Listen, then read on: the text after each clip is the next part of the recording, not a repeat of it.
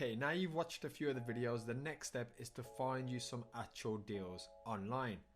Now, finding an investment property can be done offline as well, and that's going to be in the future videos that I'm releasing on this free training course. But for today, we're just going to specifically look at 3 websites that you can use right this second after this video to really help you understand what the market's saying and whether there are any gems within your area. Now, I'd probably recommend that you stay close to home if you haven't invested previously. And the reason I say that will obviously be explained in another video in a lot more depth, but more importantly, you know your backyard better than anyone else. If there's anywhere in the UK that you have more familiarity with, it's going to be in your own backyard. So just for today, stay close to where you are. Now, I'm going to make this easy by running through a deal that I previously did. So the first website is Mouse Price, and I definitely recommend that you log yourselves in. Now, it's absolutely free, although I think once you start searching over and over again, it does have a set quota and it'll ask you to either pay or upgrade your subscription somehow. So what I tend to do then is deactivate my account and I sign back in. The second is the most popular rightmove.co.uk, and on Rightmove you have the largest database within the UK. So this is where you're going to probably find most of your deals if you're predominantly sticking to doing it online. Now, Zoopla is another great tool as well. Not as big in terms of the database compared with Rightmove, but I like some of the features Zoopla has to offer that Rightmove doesn't. So I'll try and explain that either in this video or in a secondary video, just so it's useful for yourselves to know that all 3 of these have their own little quirks, because land registry updates of sold prices and valuations is a lot quicker on Mouse Price. This obviously has the biggest database, and then yes, I'm going to show you some quirky little things that you can do on Zoopla too. So the first thing we want to do is look at the postcode. So for yourselves, if you want to try this yourself, just type in your local postcode, but I'm going to type in, just for demonstration purposes, the actual postcode of one of the first properties I tried to flip. So I'm just going to quickly copy and paste that into each of these. And right now, all I'm doing is typing it in the first page, i.e. for sale. And there's a few reasons I want to do this, is because I want to understand what the houses are selling for in that area. Now, as you can see instantly, there's nothing on the market here. Now, that's not necessarily a bad thing, but it's just something to be mindful of, because if that's always the case, there may be a reason why houses aren't necessarily selling. So what you want to do here is go to a 1/4 mile. Now, you can keep increasing this, but I would try and stay as close to home as possible. Zoopla is pretty good because Zoopla will automatically do it. Again, one of the quirks with Zoopla.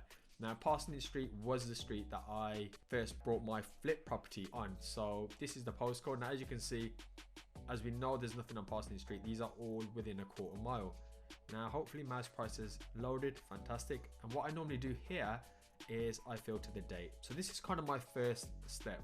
So throw it into all 3 websites, filter by date, find the closest location and just wait. Well, for my internet. Now, what this is going to show us on these 2, i.e. Rightmove and Zoopla, is the current properties on the market.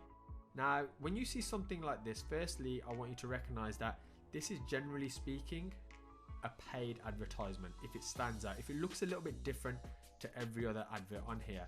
Now, this can either be because it's a premium property, or it could be a motivated seller. So just make note of that, because sometimes if somebody's paying a little bit extra compared to everybody else, they may want to sell that property just that bit quicker.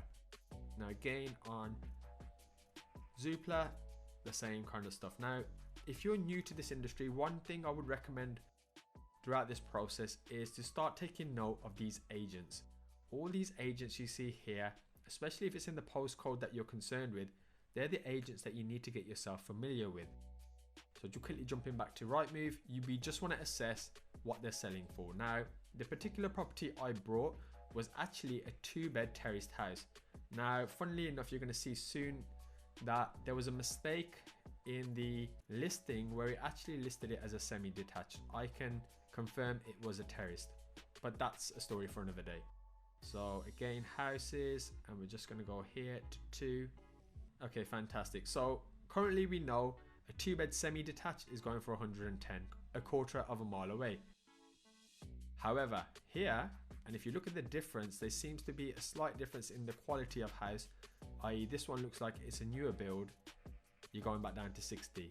Now 65 again, although that's a 1-bedroom and it's an end of terrace.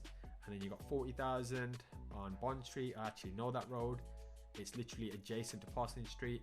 And then you've got a 2-bed for 67. So okay, on average 65 kind of looks like the main number, so we're going to just stick 65 in our heads for now.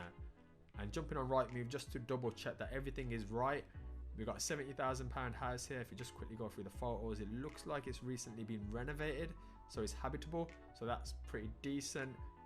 67 here, again, not bad condition. 65. Okay, so 65 is kind of the number that's coming up most often. And here we have a 40,000, but this is a guide price, so just recognize guide prices, generally speaking, are auctions, either modern day auctions or your typical property auctions. Again, I have videos coming out for that in the future. Now the next step is to understand what houses actually sold for. So it's one thing having them on the market, but that's not necessarily what houses actually go for. So jumping back to mouse price, one of the reasons I had this open was we can look at the ones that had sold. Now this beautiful house here was actually my house. So I had brought this for 45,000 from Butters John B, and I'd sold it for 64. Not great when you actually realize how much stress it caused me. Again, a video for another day. Now recently, 2 doors down, one sold for 46,000. I'm assuming probably not in great condition, and one sold for 55. Now that could be somewhere in between, either the state that I made it in or prior to me buying it. And what we're going to do, we're going to just copy this and we're going to put this on Rightmove. You're looking at house prices and sold house prices. We're going to dump it in here and click list view. Now this will show what they've actually sold for. Now we're not really too concerned with going too far back, but just for the point of this video, I'm going to go 5 years because obviously I purchased this property a long time ago. Now here we can see what houses are generally selling for. So 55, it almost seems to have gone down in that area. We have one in 2018, 46, and I'm just going to click this very quickly because I'm feeling a little bit nosy.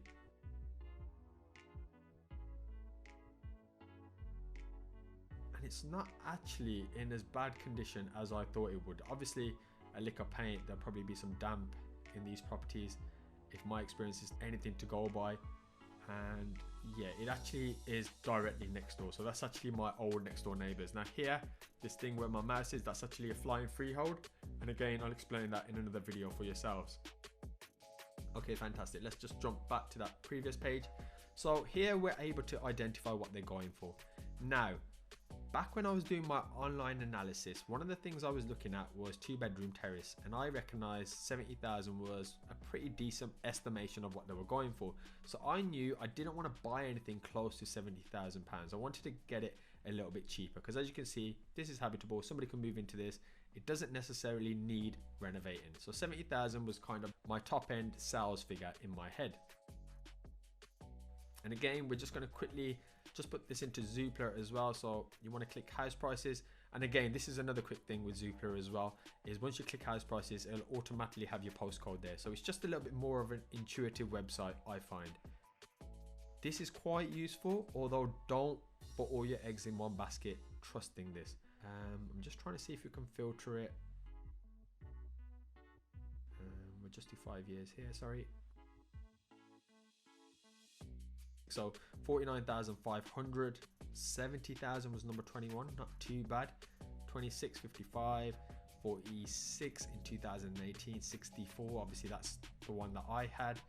So nothing's really improving in terms of capital appreciation, and if we look at that, we would think we really want to buy a lot cheaper than the 64, 65. Now just quickly showing you a history of when I purchased it. So I purchased it here for 45,000 and I did list it for 70. I was quite optimistic and I got 64 for it, and I bit their hand off. So that's kind of where it was. This is how it looked. That's my renovation. So that's actually the second kitchen I put in there. I had to refurb it 3 times, and it was just your standard buy to let. I had to do pretty much everything to it, damp proof it, everything, and I made a little nice ensuite just above that flying freehold I mentioned earlier.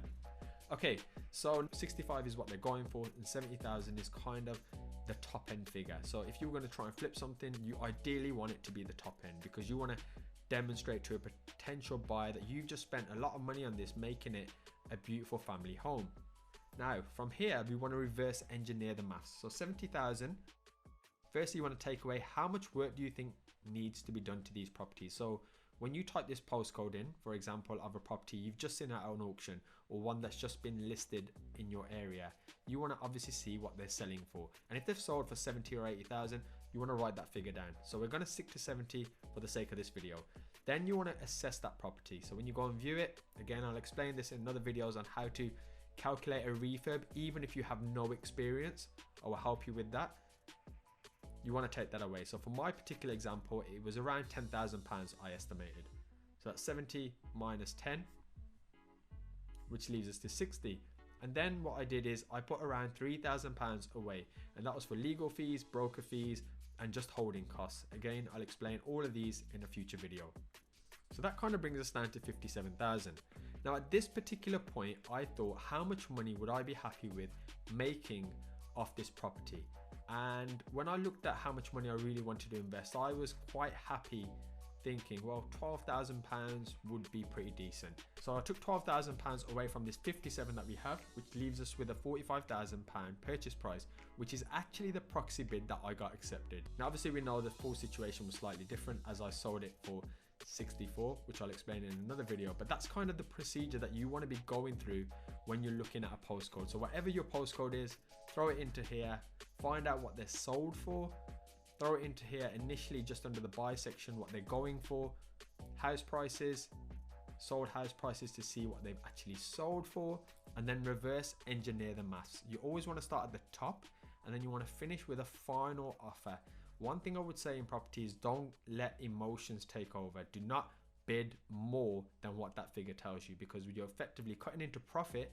And then if things go wrong, like they did go wrong with this property, for example, where I had to refurb it a few times and just so many disasters, which I'll explain in another video, happen, it will instantly eat away at your profit. And if you're taking away your own profit from the start because you're so eager to buy something and make it a deal, you're putting yourself in very, very risky situations, and that's not what we want from you. So hopefully you find this a little bit useful. Hopefully you can get your head around this, try and navigate around them. You'll recognize that they all have their own little quirk, but I'm also going to show you one of the ways you can find motivated sellers just by using Zoopla very, very quickly over on one of the next videos coming out. So hopefully you found it useful.